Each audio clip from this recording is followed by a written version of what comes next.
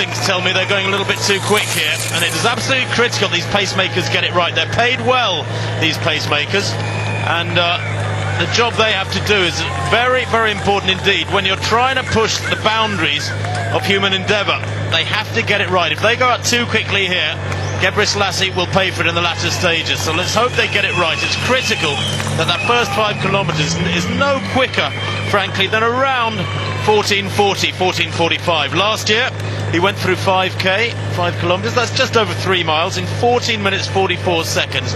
And he described, even now, he describes last year's whole experience as absolutely perfect. So he doesn't want to be very much quicker than that. Abel Karui, the pacemaker on the right. And behind him, wearing the 96, is Jonathan Mayo. Give them a mention at this stage, because the job they do is absolutely vital. And you can see that they're, look at the photographers out to get the picture of the great man. They really are. And well, they just went through 4 kilometres, Stuart, in about 11:46. A little bit of quick calculating.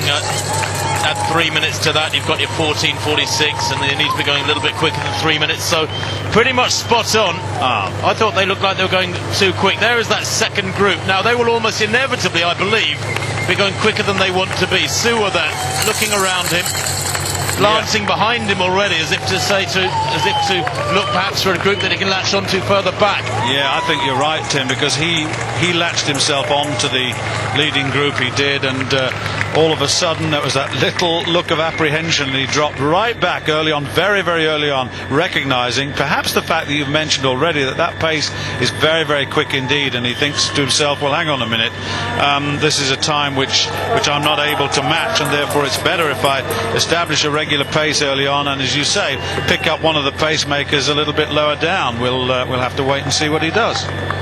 Well, 85 there to the left of picture, that's Wilson Keegan, 28-year-old Kenyan, who's there specifically as a pacemaker for Gebrselassie. Looks about 150 metres the lead at the moment, but look how easy it is. But what physiology these guys must have to enable them to run this fast continuously. You see, if you're looking at 42 kilometres, which is the distance of a marathon, and you're looking at a world record that demands 2:57 per kilometre as an average, then that is quite an astonishing statistic, really. Oh, it's frightening. It's frightening. You're operating down at around 4 minutes 40 per mile pace. It's 70 seconds per lap. You go down to your local athletics track and try and run a lap in 70 seconds. Then imagine doing that for over 2 hours. By the way, 14 minutes on the clock now. They should be about 30 or 40 seconds away from the 5 kilometre point, and that very, very important indeed. I can't emphasise enough to you how critical it is that they get this early tempo right if the world record is to be broken in Berlin, where conditions, as you can see from those trees, there's not a bit of movement. It's a lovely morning, a little bit cool, about 10 degrees we understand out on the streets. Last year it was 13 or 14 degrees at the start, but conditions absolutely perfect. And here is the 5 kilometre mat. Now that's interesting. That's Mark Milder there, passing Haile Gebrselassie, his drink spot. And Mark Milder's only the race director. Well, 14:45. Well, they were certainly ahead of 14:45, which would give them 2:4:29, which is just unbelievable. At 14:40, they're 5 seconds inside, so it is very, very quick indeed. And that average of 2:57, well, they're on that schedule at the moment, quite clearly. They're a little bit ahead of it, but that's not too significant at the moment. It's what happens a little bit later on, and once we get to halfway and see how the race is beginning to progress, and you know how in fact the pacemakers are able to sustain this sort of pace, because at some stage Gebrselassie is going to have to go it alone, because they're certainly not going to be able to manage. Kamathi's there, look, and Wambai. We've mentioned them both before, and both of them are very, very good athletes indeed. James Wambai. I'm not sure whether he pronounced the K actually. It's Wambai. James Wambai. Personal best 2:10 in Brescia in 2006, just to tell you his time. So You know, he's dropped behind here. Here we go, 14:35 then. Well, so that's even quicker. That's 10 seconds. That is very, very quick. Yeah, it's actually heading for too fast. That's exactly what I feared. 14:35.